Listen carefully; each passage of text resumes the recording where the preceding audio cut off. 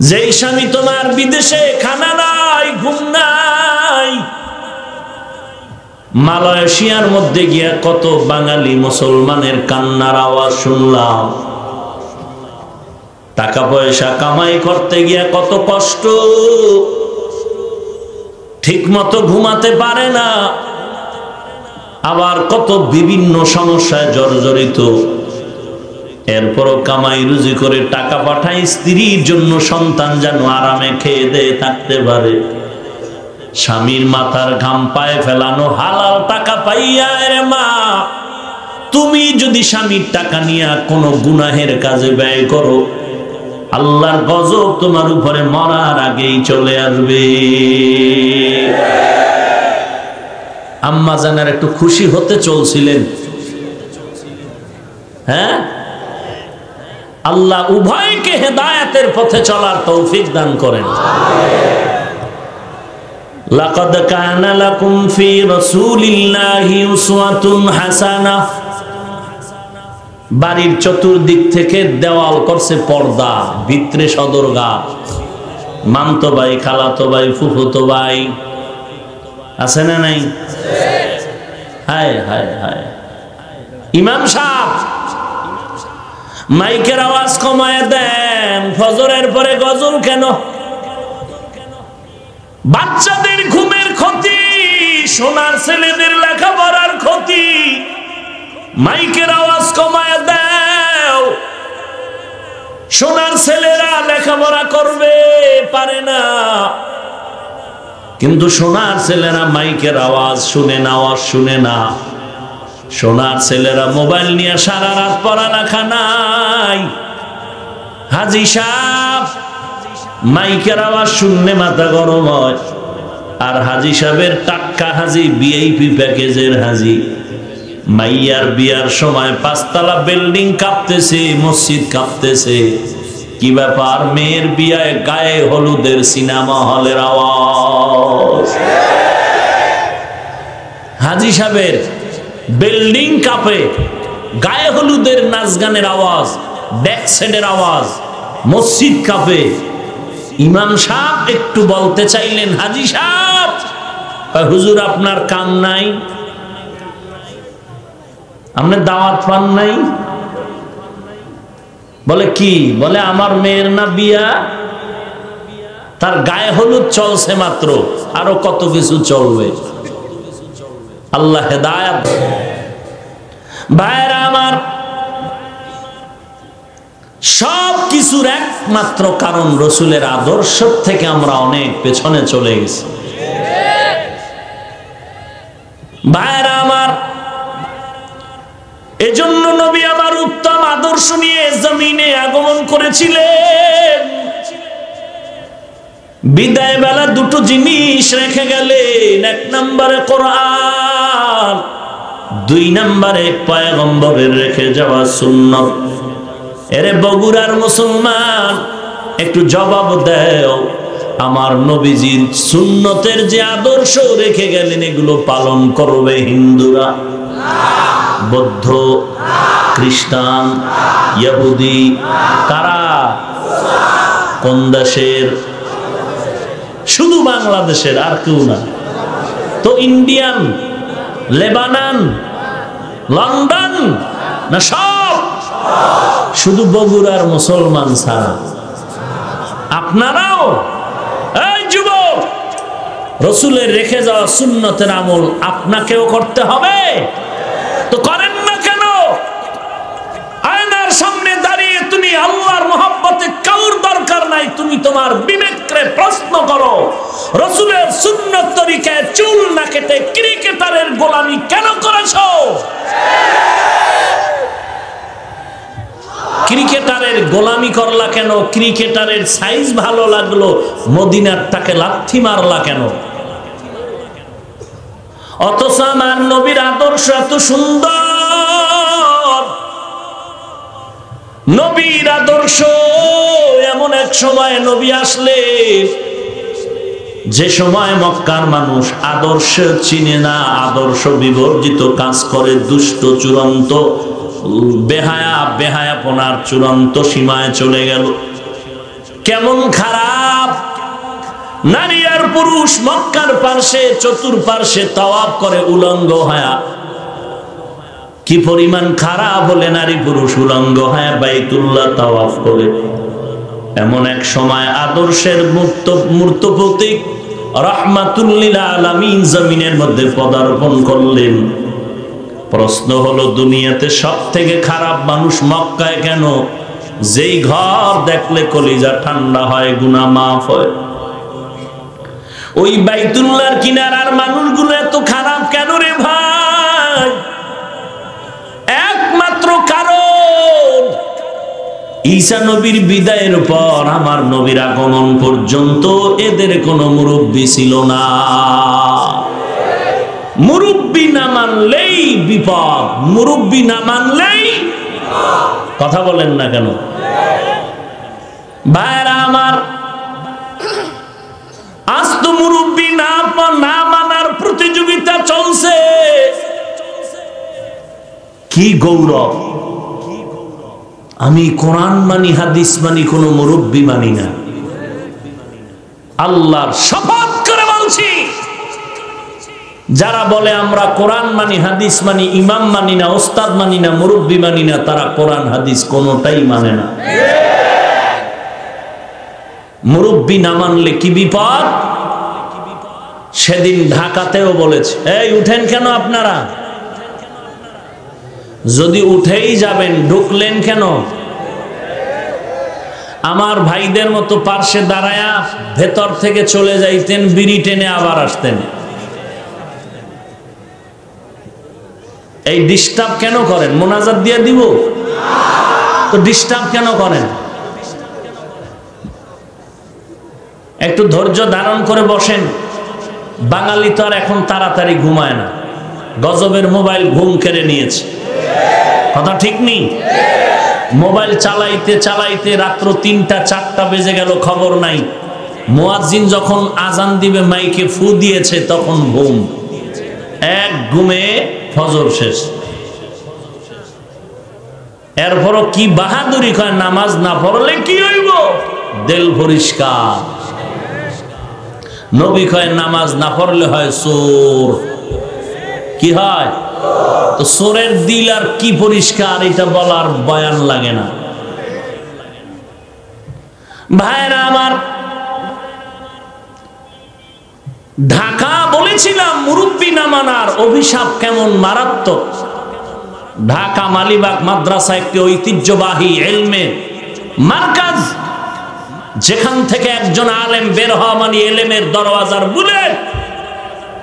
সেখান থেকে একজন বিচক্ষণ আলেম মুফতি হয়ে বের হলেন।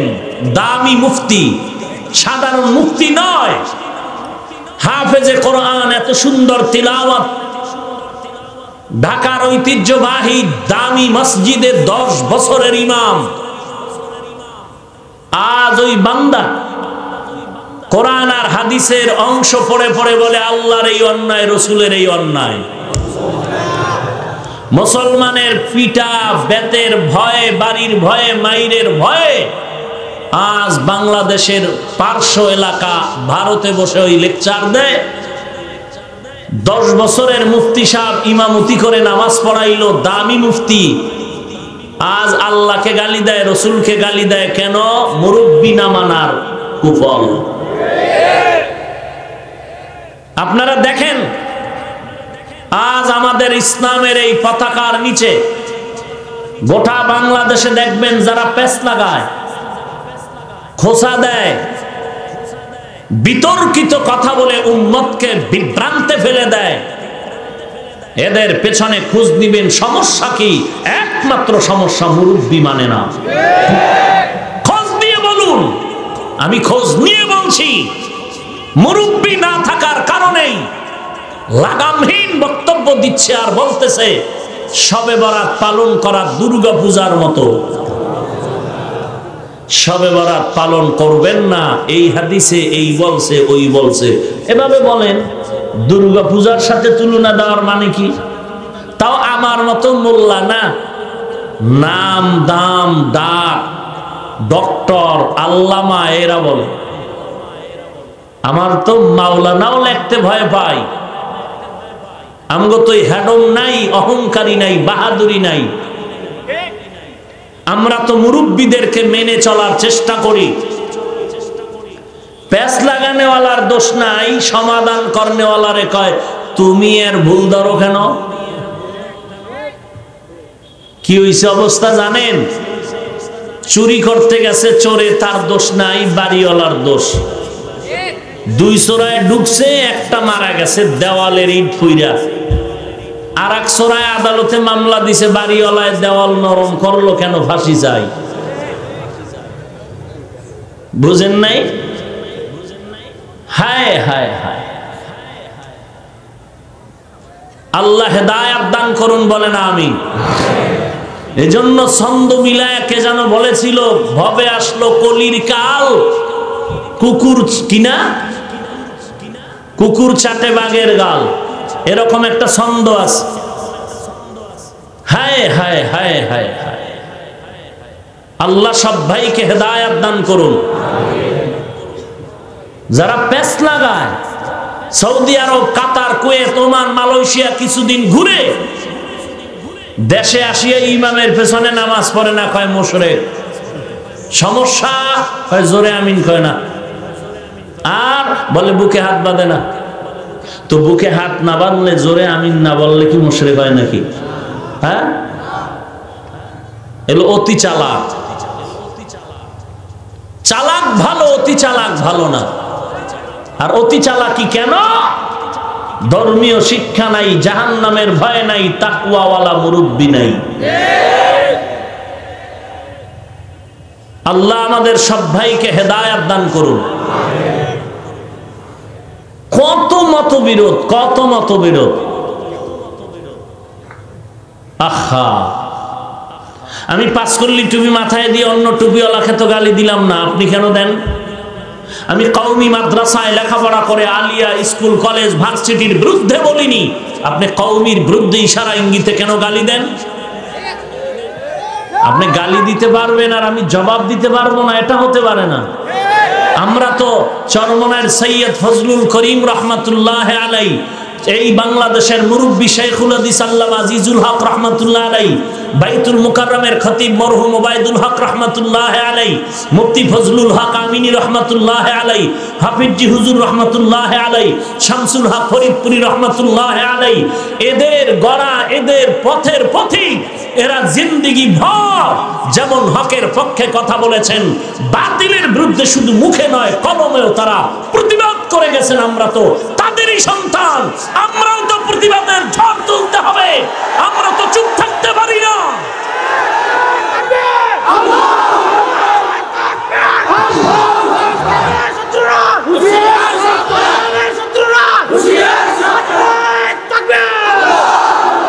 আমরা কাউকে গালি দিব না, আঘাত করব না, কিন্তু কেউ যদি আঘাত করে, কেউ যদি গালি দেয়, কেউ যদি ধর্মের উপরে কেউ বিতর্কিত সৃষ্টি করে, তার জবাব দিতে হবে উম্মতের ঈমান বাঁচাবার জন্য।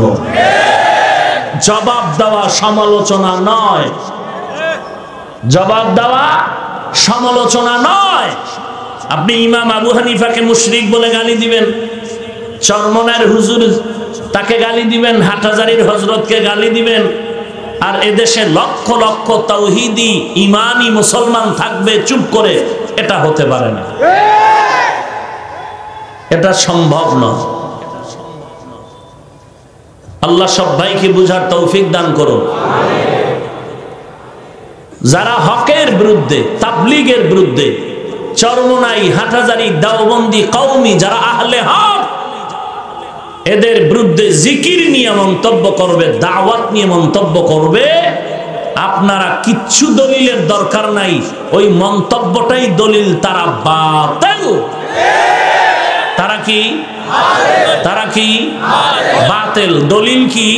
হাটহাজারীর হুজুরের গালি দিল কেন? জিকিরের বিরুদ্ধে, আল্লাহর জিকিরের বিরুদ্ধে মন্তব্য করলো কেন? দাওয়াত ও তাবলীগের বিরুদ্ধে মন্তব্য করলো কেন? এটাই তিনি বাতিল হওয়ার দলিল। বলেন না কেন? হক না বাতিল? বাতিল। আল্লাহর জিকির করতে করতে যারা বেপরদা হয়ে যায়, নারী পুরুষ মাইনাস প্লাস হয়ে যায়, এদের ব্যাপারে কোনো ফতোয়া নাই। আর যারা তাবলিগে গিয়া, চরমনাই গিয়া, উজানি গিয়া, আহলে হক আল্লাহওয়ালার সোহবতে গিয়ে দাড়ি ছিল না দাড়ি উঠেছে, পর্দা ছিল না পর্দা করে, হালাল খাইতো না হালাল খায়, এদের ব্যাপারে যদি মন্তব্য করে আর কোনো দলিল লাগবে না, তারা বাতিল। আল্লাহ হেদায়েত দান করুন। আরো জোরে বলেন। আর একটু সামনে আগাবো না কষ্ট হবে? এবার আপনারা বলেন, নবী দুনিয়াতে কি নিয়ে আসলেন? মাশাআল্লাহ। কি রেখে চলে গেলেন? কোরআন আর সুন্নাহ। হাদিস বলবেন না, কোরআন হাদিস না, কোরআন আর সুন্নাহ। হাদিস কেন বলবেন না এ বিষয়ে লম্বা চওড়া কথা আমি বিভিন্ন প্রোগ্রামে বলেছি। রাসূল বলেছেন কোরআন সুন্নাহ, আপনি হাদিস বলবেন কেন? এক নাম্বার কথা। নবী বলেছেন কিতাব আল্লাহ ওয়া সুন্নাত রাসূলি, নবী সুন্নাত বলেছেন, হাদিস কেন বলেন না? লম্বা কথা এখানে। আমরা হাদিস বলবো না, কারণ আমরা সুন্নতের অনুসরণ করি, হাদিস মানা যাবে না। হাদিস লক্ষ লক্ষ হাদিসকে আমরা সমর্থন করা যাবে, কিন্তু কোন মুমিন মুসলমানের জন্য রাসূলের লক্ষ লক্ষ হাদিস মানা যাবে না। যাবে? আমল করা যাবে? আমলের জন্য সুন্নত, হাদিস নয়। হাদিসে আছে দাঁড়াইয়া প্রস্রাব করেছেন নবী একবার ঠেকায় পড়ে, আপনি আমল করবেন? নবীর হাদিসে আছে নবীজির 11 জন বিবি ছিল, আপনি আমল করবেন? খুব সাবধান।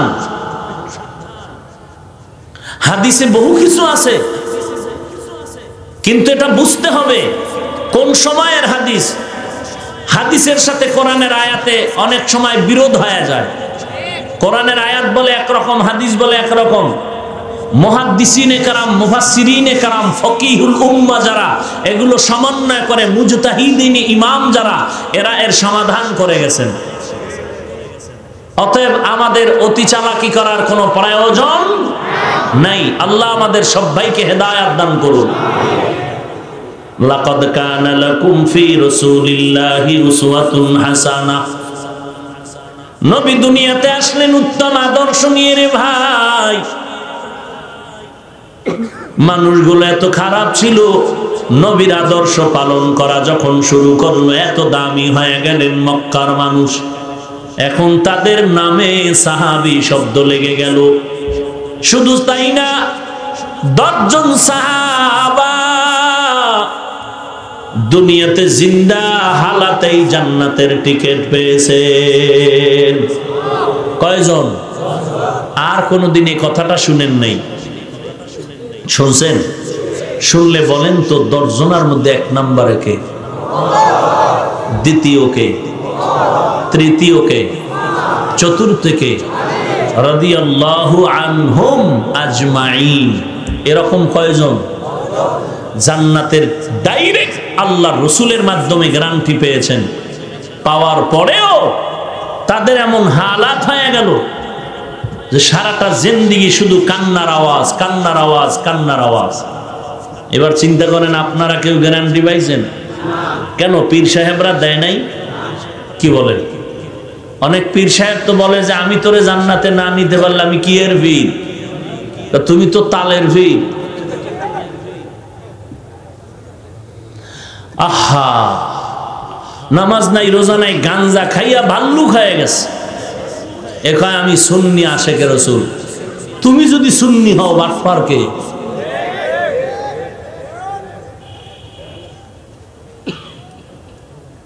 দশজন সাহাবা জান্নাতের টিকিট পেয়েছেন। এখানে যত মানুষ আছেন, টুকটাক আমল যা করেছেন, করতেছেন, কবুল হয়েছে কোনো গ্যারান্টি? মোটেও না। ঘুমের ঘরে পাননি, এরপরও এত বাহাদুরি। কবুলিয়তের গ্যারান্টি পাইলে তো জমিন উল্টাইয়া দিতেন। কবুল হয় নাই, গ্যারান্টি নাই, এরপরও কয় দেল পরিষ্কার। শুধু এতটুকু, ফুল চালাক যারা, তারা বলে হুজুরদের থেকে ভালো আছে। হায় হায়, লাকাদ কানা লাকুম ফি রাসূলিল্লাহি উসওয়াতুন হাসানাহ। নবীর আদর্শ পেয়ে সাহাবায়ে কেরাম এত দামি হয়ে গেলেন। এরে নবীর আশিক, খলিফাতুল মুসলিমিন, অর্ধ জাহানের গোলাম ওমরে ফারুক রাদিয়াল্লাহু তাআলা আনহু প্রশ্ন করল, ইহুদি নবীজির আদর্শের একটু বয়ান করেন। নবীর আদর্শ বারবার বলেন, এত সুন্দর আদর্শের নবী আমার, একটু বলেন নবীর আদর্শ কেমন? ওমর বলে, আমি তো নবীর জীবনীটা পুরা পাই না। নবীর জীবন সম্পর্কে আদর্শের বয়ান শুনতে চাইলে তোমরা বেলালের কাছে চলে যাও। বেলালের কাছে চলে গেল। বেলাল রাদিয়াল্লাহু আনহু কেমন দামি সাহাবী, যদিও গরিব, যদিও তিনি আফ্রিকার জঙ্গলের বেলাল, নবীর আদর্শের কারণে এত দামি হয়ে গেলেন। যেই মক্কা থেকে নবী কান্না করে হিজরত করে মদিনায় চলে আসছিলেন, আজ নবী বিজয়ের মালা নিয়ে মক্কায় হাজির। বলবো, মক্কায় গিয়ে আমার নবী হাতের মধ্যে লাঠি নিয়ে বাইতুল্লাহর ভেতরের মূর্তিগুলো ভাঙতেছেন। আর হযরত আলীকে বললেন, রে আলী, জমজমের পানি দিয়া পরিষ্কার করে নাও, আজ আমরা বাইতুল্লাহর কিনারায় বিজয়ের নামাজ আদায় করব। যেই মক্কায় আমাকে থাকতে দেয় না আমার কওমের দুশমন, আজ ওই মক্কা আমাদের বিজয় হয়েছে, আজ আমরা বিজয়ের নামাজ আদায় করব। আজকে বিজয়ের নামাজ পড়ব মক্কায়, জমজমের পানি দিয়ে সব নাপাক দূর করো, মূর্তি ভেঙ্গে সরায় দাও। পরিষ্কার করা হয়ে গেল। জোহরের নামাজ আজ বিজয়ের বা জামাত, ওপেন জামাত হবে আজ মক্কার দূরে। হাতিমে কাবার মধ্যে জামাতে বিজয়ের নামাজ হবে। দিনটা আনন্দে ভরপুর হয়ে আছে। নবীর আদর্শের সাহাবায়ে কেরাম বসে আছেন। আজকে বিজয়ের নামাজের ইমাম হবে আমার নবী, আর মুয়াজ্জিন যিনি হবেন তার জীবনটা হবে ধন্য। কে হবে তা জানা নেই। মায়ার নবী মশওয়ারায় বসে গেলেন, কে হবে আজ মুয়াজ্জিন? আজান দিবে যোহরের আজান, বিজয়ের আজান। নবী পরামর্শে বসছেন। একজন দাঁড়ায় বলেন, নবী এত চিন্তা কেন? আজকে বিজয়ের আজান দেওয়ার অধিকার একমাত্র আবু বকর সিদ্দিক।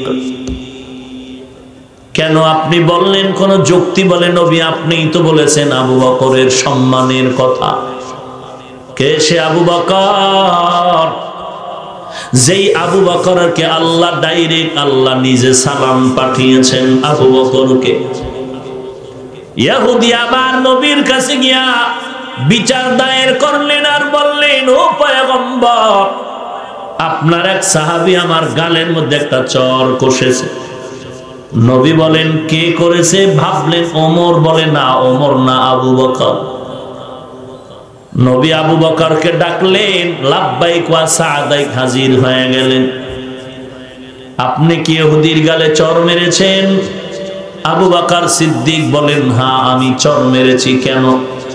বলে, এই বেঈমান আমার আল্লাহকে গালি দিয়েছে, আমি বরদাস্ত করতে পারি নাই। ইহুদি কত বড় বেঈমান!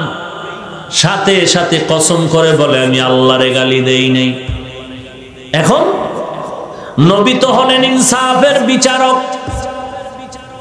নবী বলেন, আবু বকর, ইহুদি যখন কসম করেছে, আপনি এখন সাক্ষী পেশ করতে হবে। আবু বকর চুপ হয়ে গেলেন। নবী বললেন, আপনি সাক্ষী পেশ করেন। আবু বকর বলেন, আমার সাক্ষী নাই।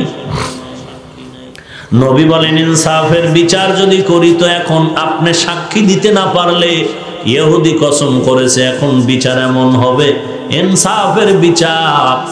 ইহুদি আপনার গালের মধ্যে একটা চর দিয়ে তার প্রতিশোধ নিয়ে নিবে। ইহুদি বড় খুশি, মায়ার নবীর সামনে আবু বকরের গালে বেঈমানের হাত। আবু বকর সহ্য করতে পারে না, আমার নবীও পারেন না। নবীও জানেন আবু বকর তো মিথ্যা কথা বলে না, কিন্তু এখন ইনসাফের জাহিরি বিচারে সাক্ষী লাগবে। কিন্তু আবু বকর সাক্ষী পেশ করতে পারলেন না। ইহুদি যখন সুযোগ পাইয়া বাম হাতটা বাড়ায় আবু বকরের দিকে আগাচ্ছে, ডাইরেক্ট সাথে সাথে জিব্রাইল এসে হাজির হয়ে গেলেন। জিব্রাইল আমিন এসে বলেন, ও পয়গম্বর, আবু বকর সত্যবাদী, কোনো সন্দেহ নাই। যদি আপনি বলেন সাক্ষী চাই, আল্লাহ অর্ডার করেছেন আবু বকরের সাক্ষী হলেন আমার আল্লাহ নিজে। এই হলো নবীর আদর্শের সাহাবী। যেই সাহাবীর সাক্ষী হয়ে গেলেন আমার আল্লাহ, ও নবী আজকে বিজয়ের আযান দিবেন আবু বকর। কারণ ওই আবু বকরের জন্যই তো আপনার দিল ভাঙ্গা মায়া। যেই বিজয়ের আনন্দে মক্কার পাশে দাঁড়িয়েছেন, এক সময় কান্না করে বিদায় নিয়েছিলেন আপনি মক্কা থেকে। চতুর্দিক দিয়ে ঘর আটকায় দিয়েছে, বেঈমানেরা আপনাকে হত্যা করবে। আপনি তো বলেছেন আপনি হযরত আলীকে বিছানায় রেখে আপনি ডাইরেক্ট আবু বকরের ঘরের কিনারায় চলে গেছেন। আবু বকরের ঘরের কিনারায় গিয়ে নবী আস্তে করে ডাক দিলেন, আবু বকর। গভীর রজনীতে আবু বকর আস্তে ডাকের জবাবে লাব্বাইক বলে দরজা খুলে দিলেন। নবীজি বলেন, আবু বকর আপনি কি ঘুমান নাই? আবু বকর চোখের পানি ছেড়ে বলেন, পয়গম্বর আমি তো আপনারই একজন সাহাবী। আপনি আমাকে বহু আগে বলেছিলেন হিজরতের জন্য তৈয়ার হয়ে থাকতে, আপনার সঙ্গে যেতে হবে। আল্লাহর কসম, আমি ওই দিন থেকে যতই ব্যস্ত থাকি না কেন, রাতের বেলা দরওয়াজার কিনারায় অপেক্ষায় থাকি, একটা সেকেন্ডের জন্য ঘুমাই না। কখন মায়ার নবী এসে ডাকবে না আর আমি ঘুমায় যাব, দুশমন এসে আঘাত করবে। নবী চোখের পানি ছেড়ে কাঁদলেন। এটাও কি এত বড় ত্যাগ সম্ভব? এরে নবীর উম্মতের দল। আবু বকর কান্না করে বলে, নবী আমি একা ঘুমাই না তা না, আমার কলিজার টুকরা কন্যা আসমাও ঘুমায় না। রাতের বেলা নাস্তা বানায় অপেক্ষা করে, নবী আসবেন। লম্বা সফরে নবী যাবেন, নাস্তা দেওয়ার জন্য অপেক্ষা করে। নবী শুধু তাই না, আমাদের চলার পথে আমাদের বাহন উট, ওই উটও ঘুমায় না। আমার নবী আসবেন, ওই পথে দিয়ে তাকায় কান্না করে সারা রাত সোজা। মায়ার নবী চোখের পানি ছেড়ে কাঁদলেন আর বললেন, ও মালিক, আমার আবু বকরকে তুমি কবুল করে দাও। আজ এই কঠিন আমার দুঃখের রাত, আমার জন্মভূমি ত্যাগ করার রাত, এই জন্মভূমি ছেড়ে আমার যেতে মনে চায় না। আমার দুঃখের রাত, এই রাতে আমার আবু বকর আমার সঙ্গী হয়ে তো ত্যাগ স্বীকার করল। আবু বকরের সফর শুরু হবে, মদিনায় গিয়ে শেষ হবে তা হবে না। ও আল্লাহ, তুমি আমার আবু বকরকে জান্নাত পর্যন্ত কবুল করে নাও। সাহাবী বলেন, ও নবী, আবু বকর দিবে আজ বিজয়ের আযান।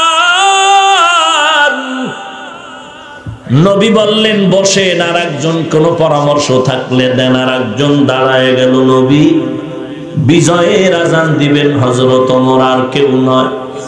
কারণ আপনিই তো বলেছেন লাউ কানা বাদি নাবিয়্যুন লাকানা উমর, আপনার পরে নতুন যদি কাউকে নবী বানাইতেন আপনার পরে নবী হইতো হযরত ওমর। যেই ওমরের মতের সাথে আল্লাহ একমত হয়ে কোরআনে আয়াত নাজিল করেছেন। কে সেই ওমর? যেই ওমরের ইতিহাস বললে চোখের পানি ধরে রাখা যায় না রে মুমিন। নবী এমনিতেই বলে না আমার পরে ওমর হইতো নবী যদি আল্লাহ নতুন কাউকে নবুয়ত দিতেন। কেন বলেছেন? অর্ধ জাহানের খলিফা ওমর দিনের বেলা শাসন করে, রাতের বেলা ঘুরে ঘুরে এলাকার মানুষের হালাত কি তা অবলোকন করে দেখে। রাতের গভীরে একা আর একটা গোলাম আসলাম। ওমর রাতের গভীরে একা, কোনো বডিগার্ড নাই, সিকিউরিটি গার্ড নাই, অর্ধ জাহানের রাষ্ট্রনায়ক। একটা জঙ্গলার কিনারায় গিয়ে দেখে আগুন জ্বলে, আগুন জ্বলে, আগুন। কিনারায় গিয়া দূরত্ব বজায় রেখে তাকায় দেখেন একজন বৃদ্ধা মা একটা পাত্রের মধ্যে পানি নিয়ে গরম করে, আর তার চতুর্পার্শ্বে তার সন্তানেরা বাচ্চাগুলো ঘুমিয়ে আছে মাটিতে।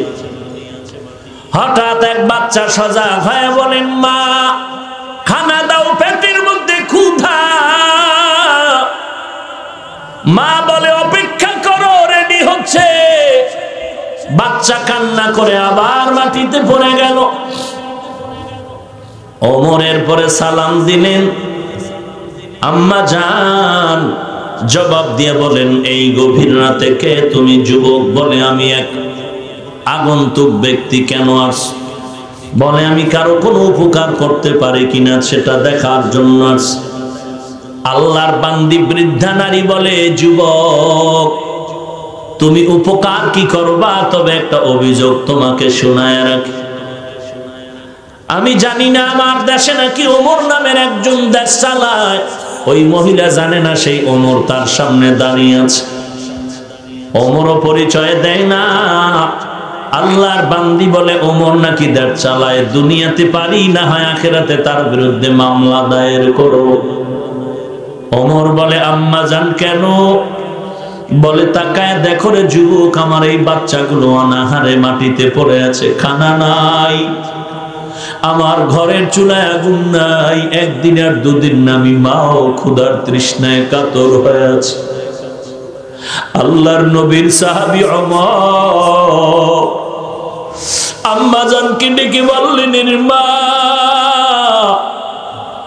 একটু অপেক্ষা করেন, দেখি আমি কোনো উপকার করতে পারি কিনা।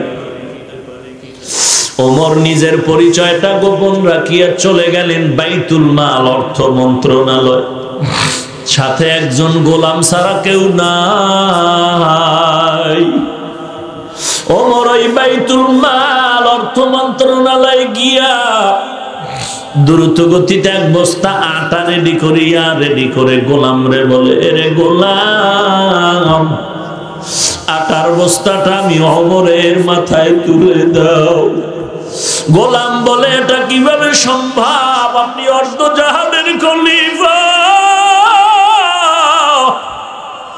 আপনার মাথায় আপনি আটার বস্তা নিবেন, এটা কেমন করে হয়? ওমর বলে রে আসলাম তুমি কি চাও আমি কোন দায়িত্বের অবহেলার কারণে আল্লাহর আদালতে আসামি হয়ে যাব? হয় না না না। বলে তো আমার দায়িত্ব পালন করার জন্য আটার বস্তা আমার মাথায় তুলে দাও। গভীর রাতে ওমর আটার বস্তা নিয়ে হেঁটে হেঁটে মহিলার বাড়ির সামনে হাজির। ওমর ডেকে বলেন আম্মা জান আপনি পর্দার আড়ালে চলে যান। মহিলা ভেতরে গেল, কেমন নবীর সাহাবী, কেমন আদর্শ শিখলো ওমর।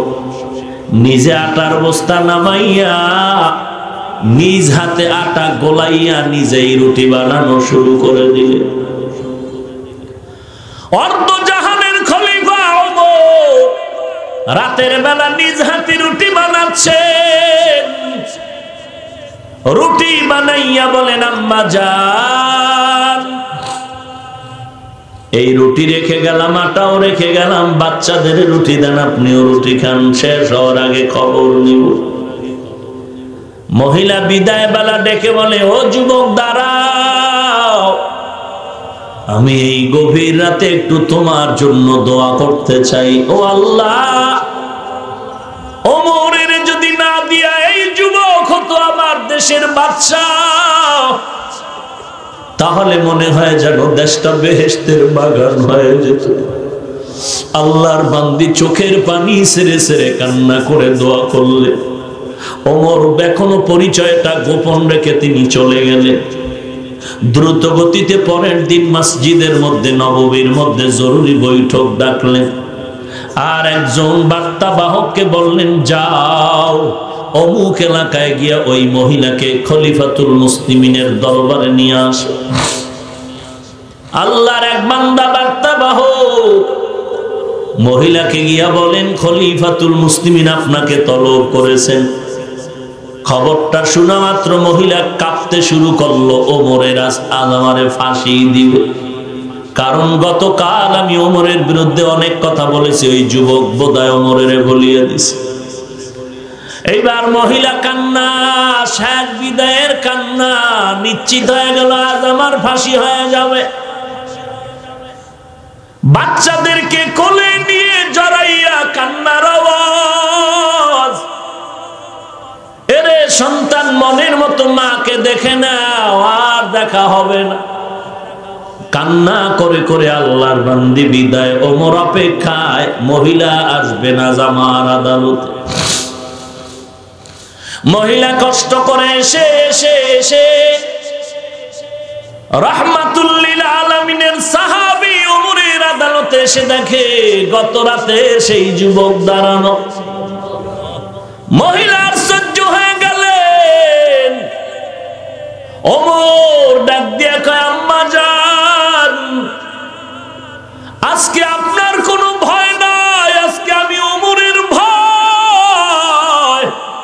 কারণ আজকে আপনি বিচারক, আমি ওমর আসামি।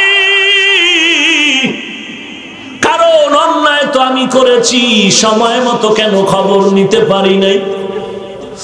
আজ আপনি আমার বিচার করবেন। ওমর একটা লম্বা পাগড়ি হাতে নিয়া, পাগড়ির একটা মাথা নিজের গলায় পেঁচাইয়া আর একটা মাথা দিয়া আম্মা জানকে বলে, আপনি আমার রাস্তায় টানেন আর বিচার করে।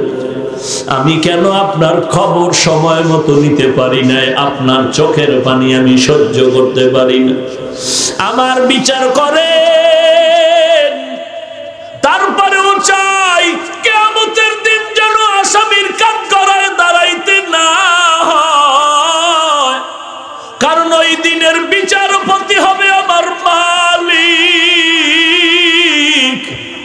ওই দিনের হাসরের মাঠটা হবে বড় কঠিন। সূর্য মাথার উপরে নেমে আসবে, সূর্যের তাপে মাথার মগজগুলো টাস টাস করে ফেটে যাবে, জমিনটা হয়ে যাবে তামা। জাহান্নামের আওয়াজ,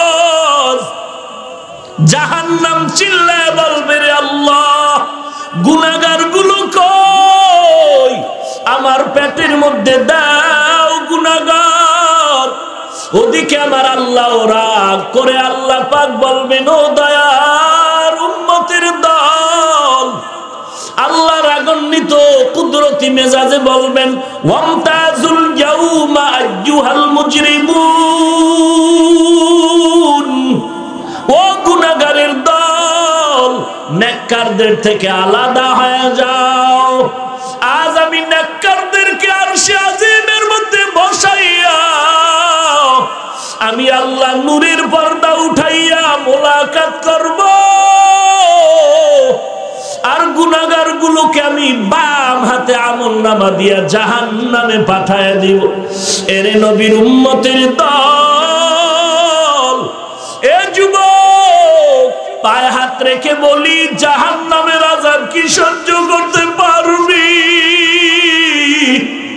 একটু চিন্তা করে দেখ, জীবনে কত অন্যায় করেছো। তোমার আমার অন্যায়ের খবর আমার মা বাবা জানলে কেউ আমারে সম্মান দিত না। তোমার আমার গুনার খবর যদি ভাই জানতো, ভাই পরিচয় দিত না। তোমার অন্যায়ের খবর তোমার বন্ধু জানলে তারাই দিত। জীবনে কত অন্যায় কোথায় কখন করেছো আমার আল্লাহ তো জানেন। আল্লাহ জানার পরেও রাগ করে পানিও বন্ধ করে নাই, বাতাস বন্ধ করে নাই, বরং আল্লাহ তওবার পথে ডাকে, আয় আয়, চোখের পানি ছেড়ে তওবা কর। আজকে তুমিও নবীর উম্মত, আমিও নবীর উম্মত। তোমার পায়ে হাত রেখে বলার পরও নামাজ পড়তে চাও না, টুপি মাথায় দিতে চাও না রে বাবা। কেন? কারণটা কি? আর আমাকে কোটি টাকা দিলেও তো নামাজ ছাড়বো না। কেন? এক জাররা পরিমাণ গুনাহ নিয়ে কবরে গেলে দুই পার্শ্বে কবরের মাটির চাপ। গুনাহগারের জন্য কবর হবে জাহান্নামের আগুন। সহ্য করতে পারবি না রে যুবক, আল্লাহর কাছে তওবা করে নাও। এক জাররা পরিমাণ গুনার শাস্তি সহ্য করতে পারবা না। ও যুবক, তাকায়া দেখো ডানে বামে তোমার মতো কত যুবক দাড়িওয়ালা নামাজি, স্কুলে পড়ে নামাজ বাদ দেয় না, কলেজে পড়ে নামাজ বাদ দেয় না, চাকরি করে নামাজ ছাড়ে না, ব্যবসা করে হারাম খায় না। তুমি কেন পারো না রে বাবা? তোমার মতো যুবক ড্রাইভারি করে নামাজ বাদ দেয় না। তোমার মতো যুবক তাকায় দেখো কৃষি কাজ করে নামাজ বাদ দেয় না। তুমি কেন পারবা না রে ভাই? পা দুটো যদি আগাইয়া দাও, আমি পায়ে হাত রেখে বলি, আর নামাজ ছাড়িও না রে ভাই। গুনাহগার হইয়া যদি কবরে যাও, আযাব সহ্য করতে পারবা না। একটা বেতের বাড়ি দিলে সহ্য করতে পারি না, কবরের মাটির চাপ কেমনে সহ্য করবি? আল্লাহর কাছে ক্ষমা চা, চোখের পানি ছেড়ে তওবা করো। যদি দেখো চোখে পানি নাই, গুনার কারণে দিলটা শক্ত, ডানে বামে তাকায় দেখো কার চোখে পানি। এই ময়দানে এমন আল্লাহর বান্দা আছে, অনেকের মা নাই, বাবাও নাই, অন্ধকার কবরে চলে গেছে, তুমি এতিম হয়ে আছো। এরে পর্দার আড়ালের মা, আমিও তো মায়ের সন্তান। আমার মাও মা, তুমিও মা, কোরআনে হাফেজের মাও মা, তুমিও মা। মনটা কি চায় না একজন আলেমের মা বাবা হয়ে কবরে যাও? কোরআনের মা বাবা হয়, কোরআনওয়ালা সন্তানের মা বাবা হয় কবরে যাও। তোমার জানাজার ইমাম হবে তোমার সন্তান। কবরের কিনারায় দাঁড়াইয়া পড়বে সূরা ইয়াসিন। দুনিয়াটা কিছুই না রে যুবক। তোমার সামনে খেলার মাঠে কত বন্ধু ছিল, আজকে নাই। লেখাপড়ার টেবিলে কত বন্ধু ছিল, আজ নাই। একদিন খবর হয়ে যাবে, তুমিও থাকবা না রে বাবা। অনুরোধ করে বলি, কান্না করে তওবা করো, আর আল্লাহকে ডাকিয়া বলো, রে মালিক, এই ময়দানে আমার মতো গুনাহগার কেউ নাই। আমার হাত না পাক গুনার কারণে, আমার চোখ না পাক, আমার জিহ্বা না পাক, আমার অন্তর না পাক। আয় আল্লাহ, আজকে তওবার দরওয়াজা আসছি, আর গুনাহ করব না। আর নামাজ ছাড়বো না রে আল্লাহ, তুমি মাফ করে দাও। আমার মতো যুবক যদি স্কুল কলেজে পড়িয়াও নামাজ ছাড়ে না, আমি কেন পারবো না? আমার মতো যুবক যদি দুনিয়ার ব্যবসা করে নামাজ পড়ে, আমি কেন পারবো না? ও আল্লাহ, তুমি আমাকে মাফ করে দাও। জীবনে আর নামাজ ছাড়বো না, মা বাবার সাথে বেয়াদবি করবো না, আলেম ওলামাদের বিরোধিতা করবো না, নবীর সুন্নতের বাহিরে চলবো না, নামাজ আর ছাড়বো না, দেশের বিরুদ্ধে জাতির বিরুদ্ধে ষড়যন্ত্র করবো না। তওবা করার যদি খাঁটি নিয়ত হয়, আল্লাহর মোহাব্বতে খাঁটি তওবার নিয়তে দুটো হাত আমার আল্লাহকে দেখায়া দাও। আয় আল্লাহ, সবার হাত আপনি কবুল করে নেন। আয় আল্লাহ, আমাদের তওবা কবুল করে নেন। কারো হাত খালি ফিরাইয়া দিয়েন না রে মালিক। এই ময়দানে কারো হাত খালি ফিরাইয়া দিয়েন না। পর্দার আড়ালের মা বোনদেরও মাফ করে দেন। আমার প্রত্যেকটা যুবক বৃদ্ধ ওলামায়ে কেরামের হাত কবুল করে নেন। তওবার উপরে মজবুত হয়ে চলার তৌফিক দান করেন। আয় আল্লাহ, আমাদের সকলকে গুনাহমুক্ত জীবন দান করেন। নবীজির সুন্নতের আমলওয়ালা জিন্দেগি দান করেন। আমিন। আলহামদুলিল্লাহি রাব্বিল আলামিন। ওয়াসসালাতু ওয়াসসালামু আলা সাইয়্যিদিল আম্বিয়া ওয়াল মুরসালিন ওয়া আলা আলিহি ওয়া আসহাবিহি আজমাইন। ইয়া আরহামার রাহিমিন, ইয়া আরহামার রাহিমিন, ইয়া আরহামার রাহিমিন। সবাই জবান খুলে মা বাবার জন্য দোয়াটা পড়ি। রব্বির হামহুমা কামা রাব্বায়ানি সগীরা। রব্বির হামহুমা কামা রাব্বায়ানি সগীরা।